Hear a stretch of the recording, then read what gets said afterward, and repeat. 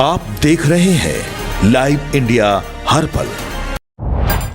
नमस्कार, live India में आपका स्वागत है। मैं अनिल सम्राट। केरलम के कोल्लम में कांग्रेस सांसद प्रियंका गांधी वाड्रा ने कहा है कि एलपीजी और ईंधन की कीमतें लगातार बढ़ रही हैं। इन सब के बीच नरेंद्र मोदी जी के नेतृत्व वाली हमारी केंद्र सरकार की नीति क्या है? वे अपनी जनता के लिए नहीं लड़ रहे हैं, वे भारत के लिए नहीं लड़ रहे हैं। उन्होंने कहा कि वे भारत के लिए खड़े नहीं हो रहे हैं, वे बस अमेरिका और इजराइल के सामने झुक रहे हैं।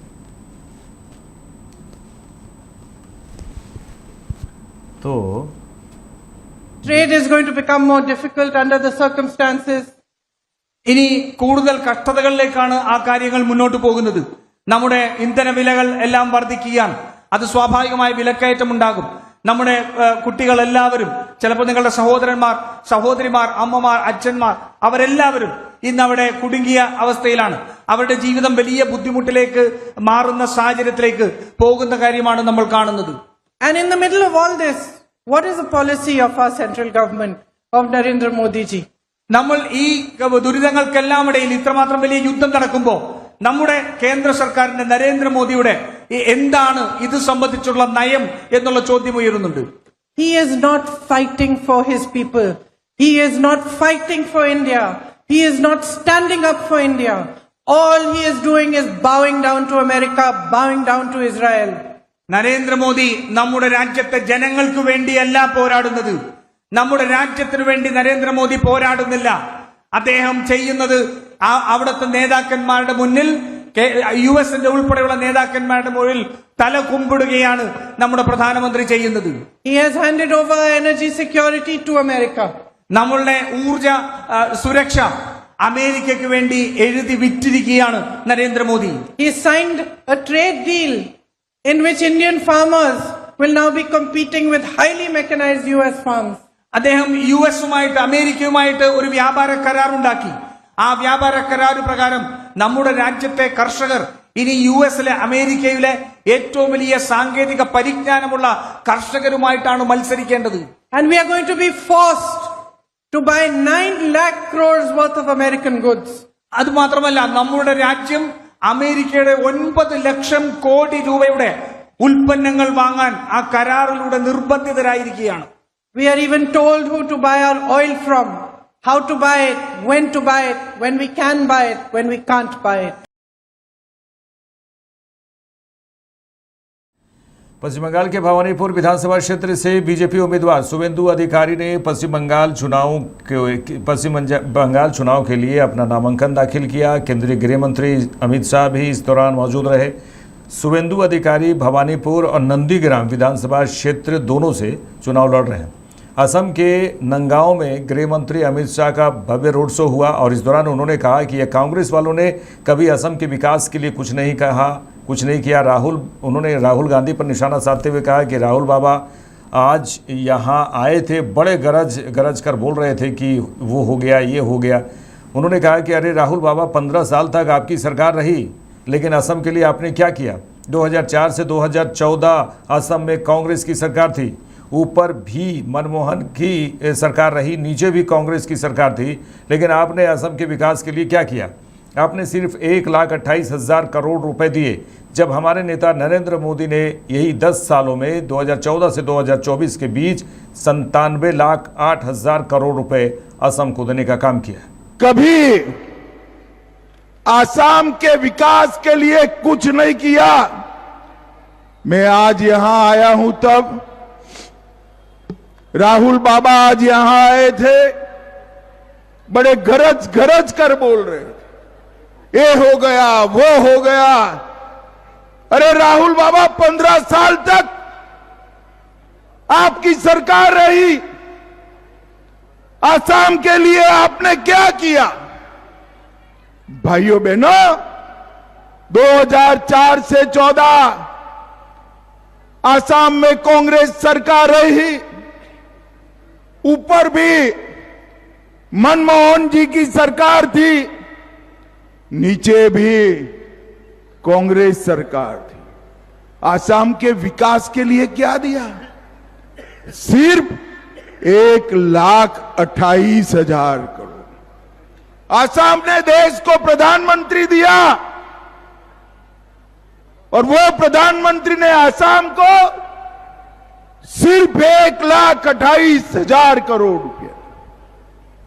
जब हमारे नेता नरेंद्र मोदी जी ने यही 10 साल में 14 से 24 में 9,78,000 करोड़ रुपया देने का काम किया। असम के नंगांव में AIMIM प्रमुख असदुद्दीन अवैसी ने कहा कि हम सभी मतदाताओं, विशेष रूप से मुस्लिम अल्पसंख्यक मतदाताओं से अपील करते हैं कि ऐसी स्थिति में जब बीजेपी असंवैधानिक और गैर कानूनी भेदभाव कर रही है और उसने 50,000 मुसलमानों को बेदखल कर दिया और कांग्रेस पार्टी बोलने की हिम्मत नहीं कर रही है, ऐसे माहौल में यह बिल्कुल ज़रूरी है कि आप AIUDF को अपना वोट दें और ये सुनिश्चित करें कि आपकी आवाज़ विधानसभा तक पहुँचे।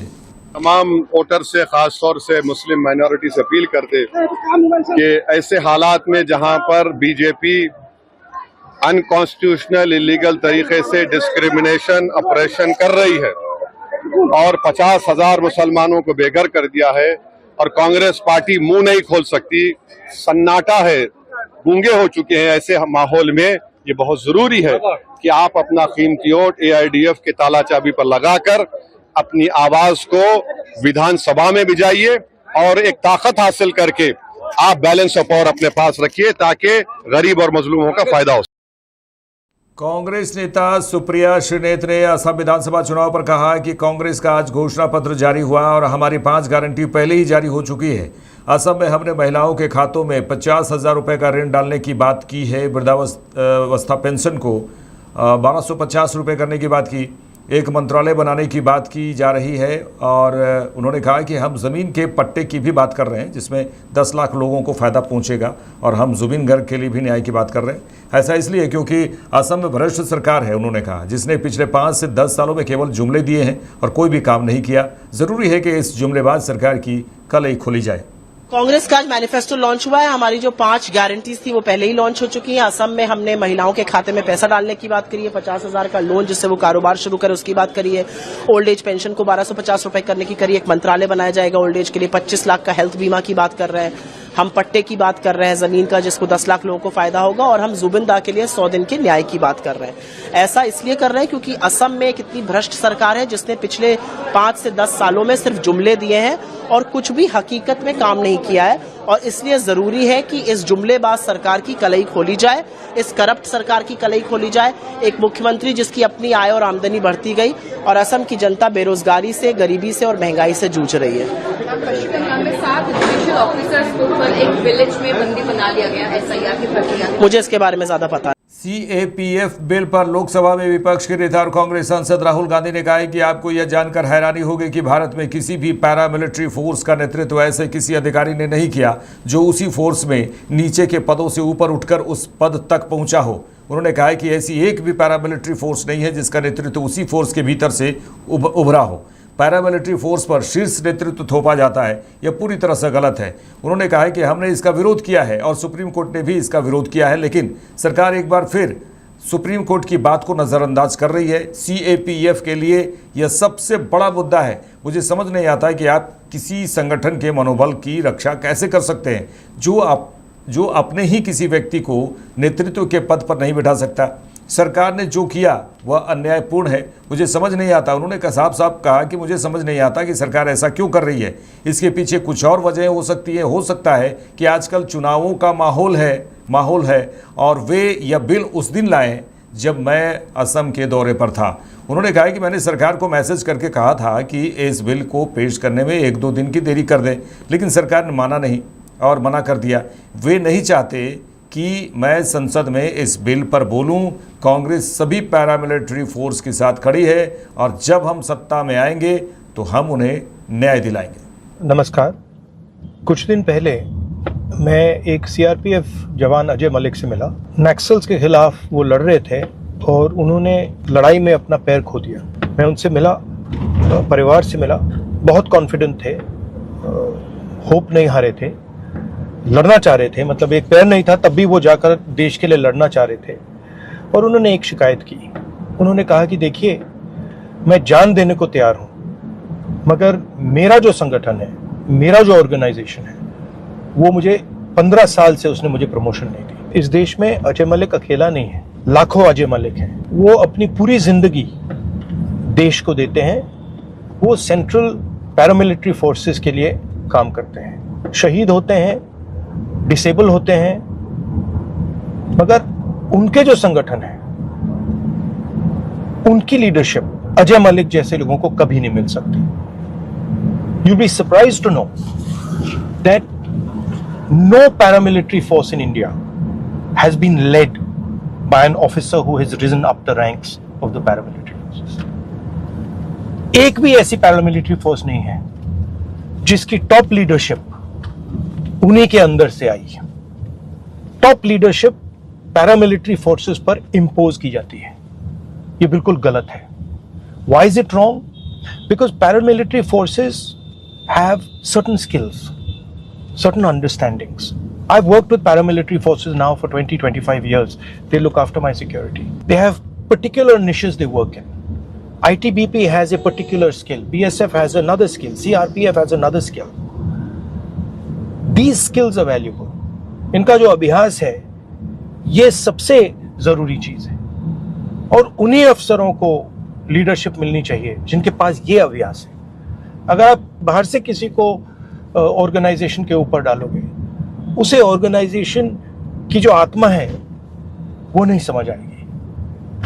That is the main issue. How can we have an organization that has skill, that has understanding, that understands exactly what it has to do, lives it, and then last minute those people can never lead the organization. I think this is fundamentally wrong and we have opposed it. Supreme Court has opposed it and now the government is once again overriding the Supreme Court. ये CAPFs के लिए ये सबसे बड़ा मुद्दा है। I don't understand how you can have an organization, how you can protect an organization's morale that cannot put its own person in position of leadership in that organization. I think it's ridiculous. These people, these boys are being asked to fight terrorism. They're being asked to fight the Naxals. They're being asked to die. They're being injured. And then we are telling them that we refuse to allow you to run your organization. It's ridiculous. And this is why I'm very strongly saying that what the government has done is unfair. I don't understand why they're doing it. There might be other considerations. There might be considerations of elections these days, but they're doing it. मैं भाषण देना चाह रहा था parliament house में। ये इसी दिन इस बिल को लाए जिस दिन मैं असम में टूरिंग कर रहा हूँ। मैंने कल मैसेज भेजा सरकार को कि मैं इस पे बोलना चाहता हूँ, इसको थोड़ा आप आगे पीछे कर दीजिए। उन्होंने रिफ्यूज किया। वो नहीं चाहते कि मैं पार्लियामेंट हाउस में ये बात बोलूं, मगर मैं CRPF, BSF, ITBP, CISF सारी की सारी पैरामिलिट्री फोर्सेस को बताना चाहता हूं कि मैं और कांग्रेस पार्टी आपके साथ खड़े हैं और आपको न्याय मिलना चाहिए। हमारी सरकार आएगी तो हम आपको न्याय देंगे 100%। We are extremely proud of you, we love you, we love your families, you protect the nation. Thank you very much, we are going to protect. BJP सांसद निशिकांत दुबे ने कहा है कि मैं जो ट्वीट कर रहा हूं वो जैन जी से आग्रह है कि मैं जो कह रहा हूं उस पर आप रिसर्च करिए, देखिए। आज उन्होंने कहा है कि आज का युग पढ़ा लिखा है और तकनीक के साथ जुड़ा है, तुरंत पता चल जाएगा कि सच क्या है। मेरा युवाओं से आग्रह है कि खुद रिसर्च करें। एक तो मैं जो ट्वीट कर रहा हूं वो जो यंगर जनरेशन है, जैन जी है, उनसे मेरा आग्रह पूर्वक निवेदन होगा कि मैं जो चीजें कह रहा हूं उसके ऊपर आप पूरी रिसर्च करिए। और आज का युग जो है वो पढ़ा लिखा है और वो टेक्नोलॉजी के साथ, नेट के साथ इतना जुड़ा हुआ है कि उसको 1 सेकंड में पता चल जाएगा कि एग्जैक्टली क्या है। तो मेरा आज के ट्वीट के बाद यही सभी युवाओं से आग्रह है कि उसको आप खुद ही रिसर्च करिए और देखिए कि मैं जो बोल रहा हूँ सही बोल रहा हूँ। आपने एक बात लिखी है कि 1947 से 1956 तक नेताजी के फोन को टैप किया गया, क्योंकि ये बात कई बार उठी है कहीं ना कहीं किसी न किसी जगह पर। आज आपने भी इस विषय को उठाया है, क्या इस पर कोई क्लैरिफिकेशन? देखिए क्या है कि आज जो महत्वपूर्ण चीज है जो मैं कहना चाह रहा हूँ कि नेताजी सुभाष चंद्र बोस के पर्सनल डॉक्टर थे कर्नल बीच रामचंद्र राव, और वो प्रेस कॉन्फ्रेंस करना चाहते थे 1965-66 में कि नेताजी बेसिकली उनका प्लेन क्रैश नहीं हुआ। उस दिन किसी प्रकार का कोई प्लेन क्रैश नहीं हुआ था और उन्होंने खुद ही उनको जहाज पर बैठा के रूस की तरफ रवाना किया था। वो उनके साथ थे। और ये जब बात पता चली इंदिरा जी को, तो बैक डेट में, मतलब आप समझिए कि उस वक्त कैसा जमाना था। और मैं बड़ी बात कर रहा हूं, 1965 में बैक डेट में उनके ऊपर केस हुआ और उनके ऊपर एक फालतू का केस, मारपिटाई का केस, ये सब मतलब आजाद हिंद फौज के सेनानी के ऊपर इस तरह के केस हुए। और 2 अप्रैल 1966 को आज के दिन उनको गिरफ्तार किया गया आंध्रा में। फिर 65 के बाद जो है वो 67 में केस हुआ, फिर 69 में केस हुआ और इलीगल तरीके से, ये सुप्रीम कोर्ट ने डिसाइड किया कि इलीगल तरीके से उनको 71 तक 5 साल तक लगातार सलाखों के पीछे रखा गया। उनको यातनाएं दी गई, उनकी मानसिक स्थिति जो है खराब करने की कोशिश की। और जब कांग्रेस ने समर गुहा के कहने पर या उनके दबाव में खोसला कमेटी बनाई सुभाष चंद्र बोस के लिए, तो उसमें जब वो विटनेस 80 के तौर पर आए तो उन्होंने जो बातें कही, खोसला कमेटी ने उसको डिस्कार्ड किया। उन्होंने कहा कि इसकी मानसिक स्थिति ठीक नहीं है। लेकिन आज जो मैंने पेपर डिक्लासिफाइड फाइल जो भारत सरकार ने रिलीज किया है, उसमें साफ कहा है कि सुभाष चंद्र बोस रूस गए और यदि उनकी मृत्यु हो गई थी, यदि प्लेन क्रैश हो गया था, तो 47 से लेके 1956-57 तक आप उनके परिवार के लोगों का फोन क्यों टेप करते रहे, आप उनका सर्विलेंस क्यों करते रहे, वो भी डॉक्यूमेंट आज मैंने लगाया है। तो इसमें बात यह था कि वो बताने वाले थे कि नेहरू का क्या रोल था, वो बताने वाले थे कि सुभाष बोस जिंदा है तो किसके कस्टडी में है, किसने रख रखा है, वो बताने वाले थे कि 1945 में आजाद हिंद फौज के ऊपर जो बमबारी हुई, उनके सेना के ऊपर जो भारत के लोगों ने बमबारी की, वो किसके इशारे पर हुई, किसने किया, और नेहरू गांधी परिवार का इतिहास क्या है। और ये सभी को जानने वाली बात है कि एक स्वतंत्रता सेनानी, फ्रीडम फाइटर, डॉक्टर 5 साल तक इलीगल कस्टडी में रहा, इलीगल कस्टडी में, और फाइनली सुप्रीम कोर्ट ने उनको 1971 में छोड़ा, जो कि आज मैंने जजमेंट दिया है। ये कांग्रेस का काला अध्याय है और इसमें इतिहास को जो तोड़ मरोड़ कर युवाओं को पेश करने की कोशिश की है, युवाओं से आग्रह होगा कि उसको सुधार लीजिए। पश्चिम बंगाल के मालदा में जो घटना हुई है उसको लेकर सुप्रीम कोर्ट द्वारा जांच के आदेश पर बीजेपी सांसद रवि किशन ने कहा है कि मैं सुप्रीम कोर्ट को दिल से धन्यवाद देता हूं। पिछले 2 चुनावों से मैं जब भी प्रचार में जा रहा था तो मेरी भी सुरक्षा मुझे वहां नहीं दी जाती थी, बड़ी दिक्कत होती थी। एक सुरक्षाकर्मी हमें दिया था जो दुबला पतला सा था, हमें उसकी सुरक्षा करनी पड़ती थी। बीजेपी के लोगों के साथ ऐसा होता रहा है। कई 100 बीजेपी कार्यकर्ताओं की हत्या अभी तक कोलकाता में हो चुकी है। सच्ची खबर यह है कि दीदी चुनाव हार रही है और बीजेपी सरकार बना रही है। बहुत सही। मैं माननीय सुप्रीम कोर्ट को दिल से धन्यवाद देता हूं। चूंकि मैं पिछले चुनाव में भी, पिछले 2 चुनाव से मैं प्रचार में जब भी जा रहा था तो मेरी भी सुरक्षा है वो भी मुझे नहीं वहां दी जाती थी, बड़ी दिक्कत होती थी। एक सुरक्षा कर्मी भी हमको दिया था, दुबला पतला सा था, उनकी सुरक्षा हमको करनी पड़ती थी। तो ये वहां की स्थिति है। अब ये सोचिए जान के और कि कोई अटैक हो जाए, किसी कोई हत्या कर दे, कोई लोग भीड़ आके किसी को मार दे, प्रचार में आए, और ये भाजपा के लोगों के साथ, भाजपा के सांसद, विधायक, मंत्रीगण, भाजपा के कार्यकर्ताओं पे, और लोगों इतिहास भी आप लोग जानते हैं, कई 100 भाजपा के कार्यकर्ताओं की हत्या अभी तक कलकत्ता में हो चुकी है। तो मैं ये साफ आप लोगों को बता देना चाहता हूं, लेकिन दीदी को भी आप लोगों के माध्यम से बताना चाहता हूं कि दीदी, जो जेन्युइन खबर है वो ये है कि दीदी आप चुनाव हार रही हैं, भाजपा सरकार बना रही है।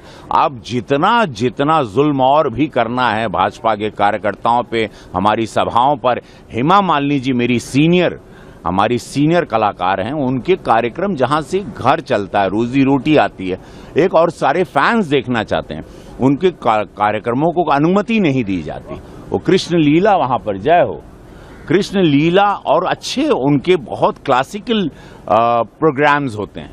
तो इससे पता चलता है कितनी ओछी मानसिकता है, कितने डरे हुए लोग हैं, कितनी डरी हुई सरकार है दीदी की, ममता जी की, ये डर में नहीं कि उन्होंने एक अपना कोकून, अपनी दुनिया बनाई है। अपने लोग बांग्लादेशी, अपने वोटर अपने हिसाब से चुनाव जीतना, अपने बम फेंक के मारना, डराना, लेकिन अब वो समय खत्म हो गया। अब वहां बदलाव आ रहा है, भाजपा की सरकार बन रही। दीदी, आपका आतंक और आपके लोगों का जो डर, भय, वो बिहार यूपी के लोगों पर भी है कि भैया ना ही वोट ना ही दे जाए, ना तो लोग घर पे हमारे बम फेंक दिए।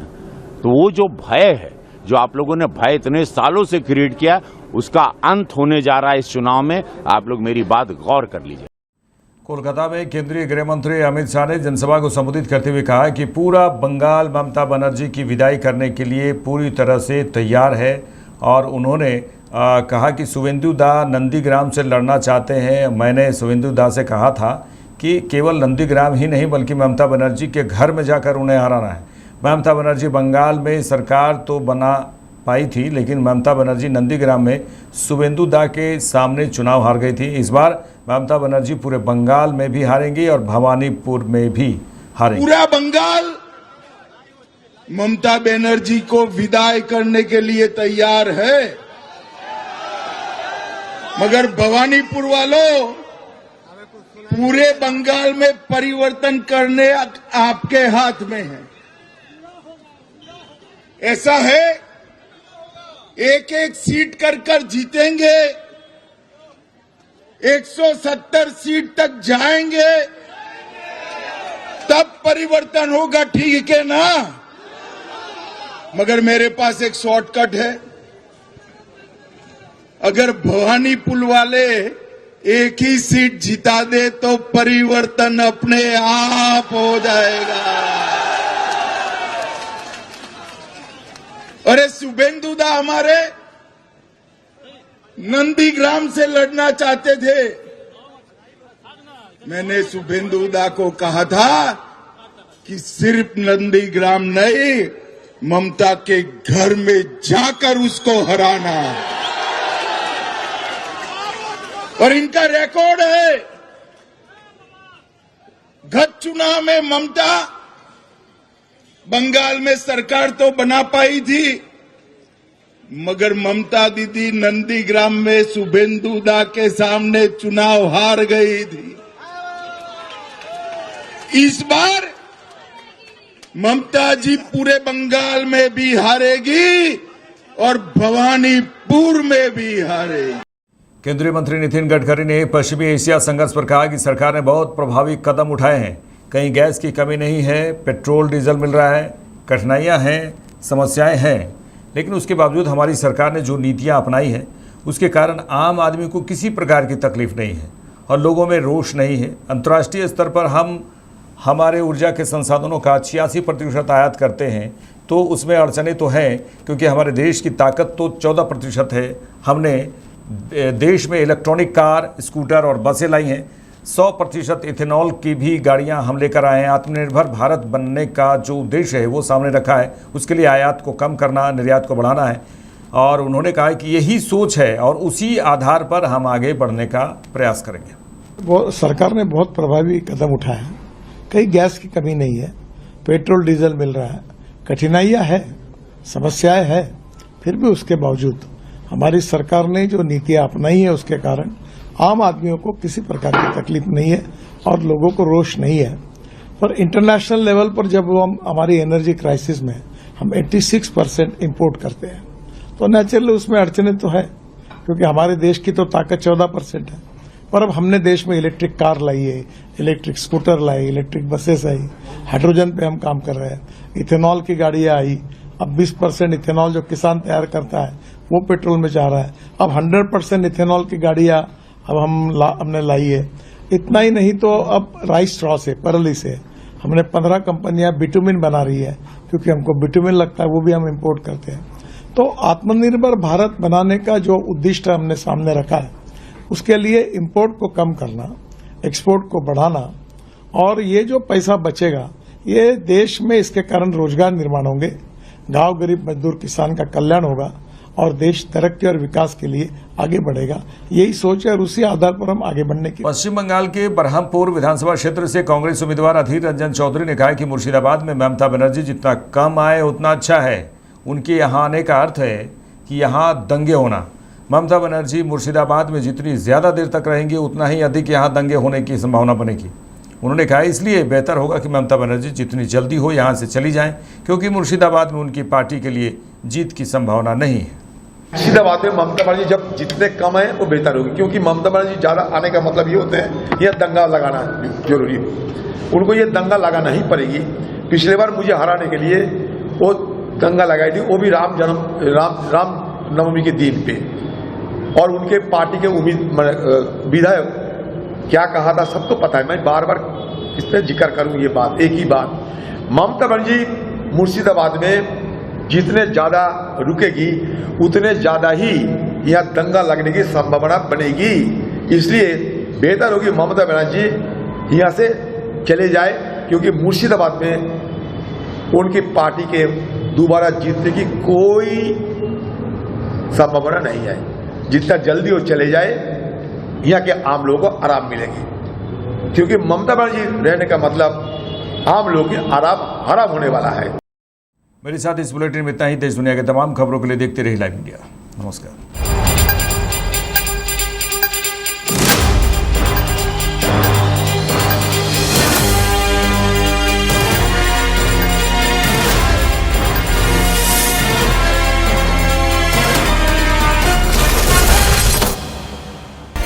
आप देख रहे हैं लाइव इंडिया हर पल।